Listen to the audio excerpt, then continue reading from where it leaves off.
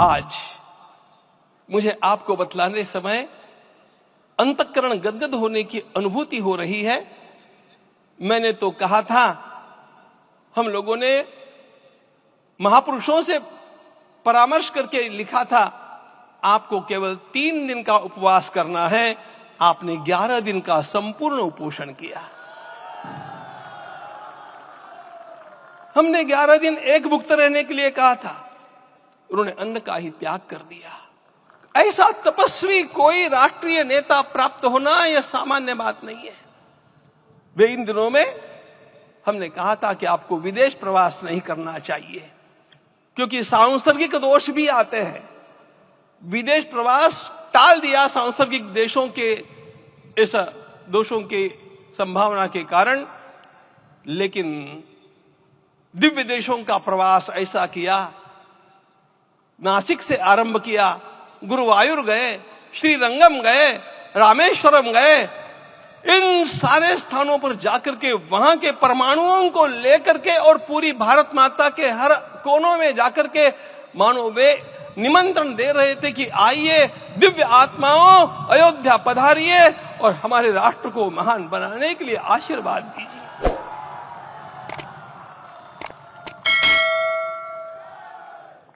हमने केवल कहा था 3 दिनों तक आपको भूमि शयन करना चाहिए।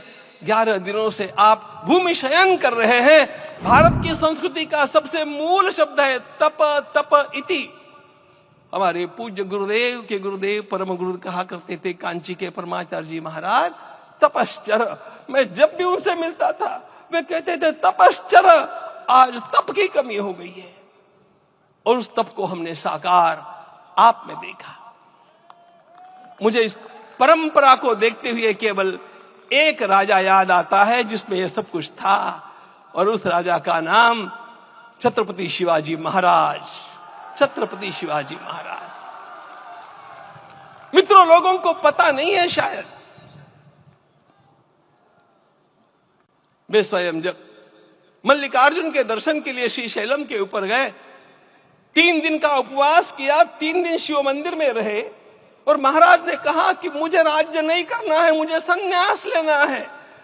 मैं शिव जी की आराधना के लिए जन्मा हूं, मुझे संन्यास लेना है, मुझे वापस मत ले जाइए। इतिहास का वो बड़ा विलक्षण प्रसंग है। उस प्रसंग में उनके सारे ज्येष्ठ मंत्रियों ने उनको समझाया और लौटा करके लाया कि यह भी आपका कार्य भगवत सेवा ही है। आज हम लोगों को उसी प्रकार के एक महापुरुष ऐसे प्राप्त हुए हैं जिसको भगवती जगदम्बा ने स्वयं हिमालय से लौटा करके भेज दिया कि जाओ भारत माता की सेवा करो। तुम्हें भारत माता की सेवा करनी है। मैं अपने को कभी श्रद्धा रखने के बारे में भावुक नहीं पाता हूं, लेकिन कुछ स्थान ऐसे होते हैं जहां पर आदर के साथ अपना मस्तक अपने आप झुक जाता है। ऐसा एक स्थान हम लोगों को उच्च पदस्थ इस राजर्षि ने जब दिखाया तो मुझे छत्रपति शिवाजी महाराज के गुरु समर्थ रामदास स्वामी महाराज की याद आ गई। उन्होंने शिवाजी का वर्णन किया, निश्चयाचा महामेरु, निश्चयाचा महामेरु, बहुत जनासी आधारू, अखंड स्थितिता निर्धारू, श्रीमंत योगी, श्रीमंत योगी, श्रीमंत योगी। हम लोगों को आज एक श्रीमंत योगी प्राप्त हुआ। आज हमारे राम आ गए हैं।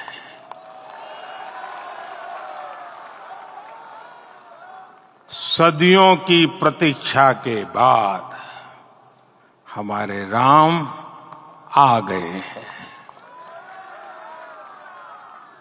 सदियों का अभूतपूर्व धैर्य, अनगिनत बलिदान, त्याग और तपस्या के बाद हमारे प्रभु राम आ गए हैं। हमारे रामलला अब टेंट में नहीं रहेंगे।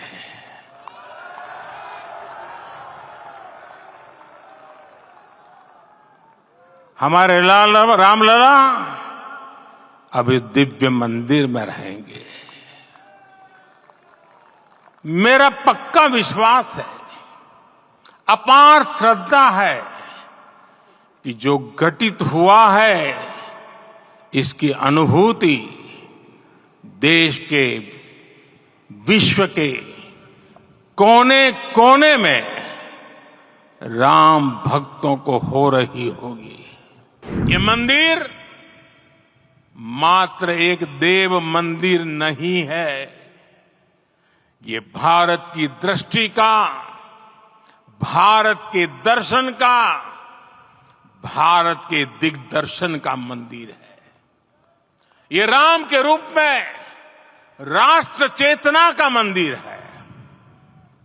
राम भारत की आस्था है, राम भारत का आधार है, राम भारत का विचार है, राम भारत का विधान है, राम भारत की चेतना है, राम भारत का चिंतन है, राम भारत की प्रतिष्ठा है, राम भारत का प्रताप है, राम प्रवाह है, राम प्रभाव है, राम नेति भी है, राम नीति भी है, राम नित्यता भी है, राम निरंतरता भी है, राम विभु है, विशद है, राम व्यापक है, विश्व है, विश्वात्मा है। और इसलिए जब राम की प्रतिष्ठा होती है तो उसका प्रभाव वर्षों या शताब्दियों तक ही नहीं होता, उसका प्रभाव हजारों वर्षों के लिए होता है। मैं आज प्रभु श्री राम से क्षमा याचना भी करता हूं। हमारे पुरुषार्थ, हमारे त्याग, तपस्या में कुछ तो कमी रह गई होगी कि हम इतनी सदियों तक ये कार्य कर नहीं पाए। आज वो कमी पूरी हुई है।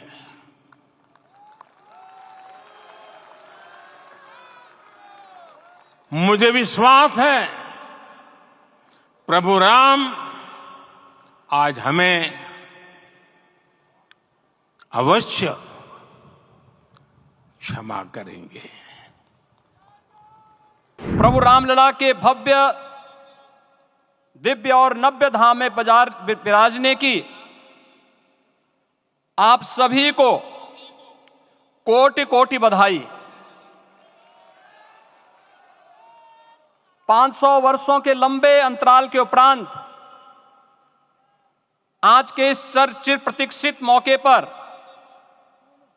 अंतर मन में भावनाएं कुछ ऐसी हैं कि उन्हें व्यक्त करने के लिए शब्द नहीं मिल रहे हैं।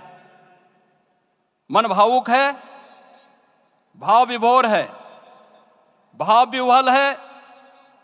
निश्चित रूप से आप सब भी ऐसा महसूस कर रहे होंगे। आज हर राम भक्त के हृदय में प्रसन्नता है, गर्व है और संतोष के भाव हैं। आखिर भारत को इसी दिन की तो प्रतीक्षा थी। भाव विभोर कर देने वाली इस दिन की प्रतीक्षा में लगभग 5 शताब्दी व्यतीत हो गई। दर्जनों पीढ़ियां अधूरी कामना लिए इस धराधाम से साकेत धाम में लीन हो गई। आज आत्मा प्रफुल्लित है इस बात से कि मंदिर वही बना है जहां बनाने का संकल्प लिया था।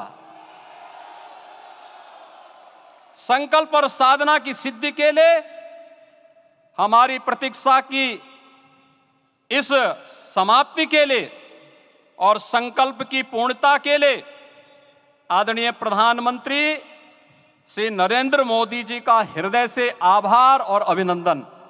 श्री राम जन्मभूमि मंदिर की स्थापना भारत के सांस्कृतिक पुनर्जागरण का आध्यात्मिक अनुष्ठान है। यह राष्ट्र मंदिर है। निसंदेह श्री रामलला विग्रह की प्राण प्रतिष्ठा राष्ट्रीय गौरव का एक ऐतिहासिक अवसर है। निश्चिंत रहिए, प्रभु राम की कृपा से अब कोई अयोध्या की परिक्रमा में बाधा नहीं बन पाएगा। अयोध्या की गलियों में अब गोलियों की गड़गड़ाहट नहीं होगी, कर्फ्यू नहीं लगेगा। अपितु यहां दीपोत्सव, रामोत्सव और यहां की गलियों में श्री राम नाम संकीर्तन से यहां की गलियां गूंजायमान होंगी, क्योंकि अवधपुरी का में रामलला का विराजना राम राज्य की स्थापना की उद्घोषणा भी है। राम राज्य बैठे त्रिलोका, हर्षित भये गए सब शोका।